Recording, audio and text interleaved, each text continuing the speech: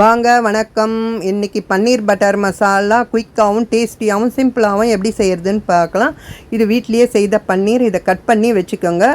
ஒரு வானலில் 1 டீஸ்பூன் வெண்ணெய் சேர்த்துக்கிட்டு அதில் 4 வெங்காயத்தை கட் பண்ணி நல்லா வதக்கிடுங்க. அது கூடவே காரத்துக்கு ஏற்ப காஞ்ச மிளகாய் 10 முந்திரி பருப்பு சேர்த்து நல்லா வதக்கிட்டு மிக்சி ஜாரில் சேர்த்துக்கோங்க. 8 பழுத்த தக்காளி, நாட்டு தக்காளி இல்லைனா பெங்களூர் தக்காளி உங்களுக்கு எது பிடிக்குமோ அதை எடுத்துக்கோங்க. இதை நல்லா வதக்கிட்டு அதையும் இந்த வெங்காயத்தோடவே சேர்த்து நல்லா நைஸாக அரைச்சி வச்சுக்கோங்க.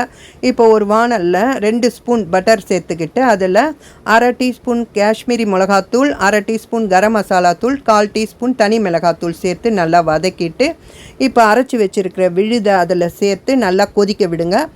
4 டம்ளர் சுட தண்ணி சேர்த்துக்கோங்க. நல்லா ரொம்ப திக்காக இருந்ததுன்னா இன்னொரு டம்ளர் கூட சுட தண்ணியாக சேர்த்துக்கோங்க.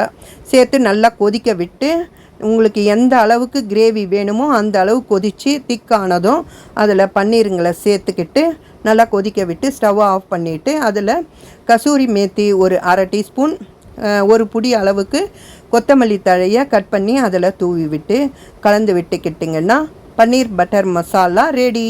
இதில் 2 டீஸ்பூன் கடைசியாக பட்டரும் சேர்த்துக்கோங்க. இப்போ இது மைதா பூரி, கோதுமை பூரி, நான், சப்பாத்தி எல்லாத்துக்குமே அவ்வளோ ஒரு சூப்பராக இருக்கும். நீங்களும் உங்கள் வீட்டில் இதே மாதிரி செய்து பார்த்து எப்படி வந்ததுன்னு கமெண்ட்டில் சொல்லுங்கள். சப்ஸ்கிரைப் பண்ணுங்கள், லைக் பண்ணுங்கள், ஷேர் பண்ணுங்கள். தேங்க்ஸ் ஃபார் வாட்சிங்.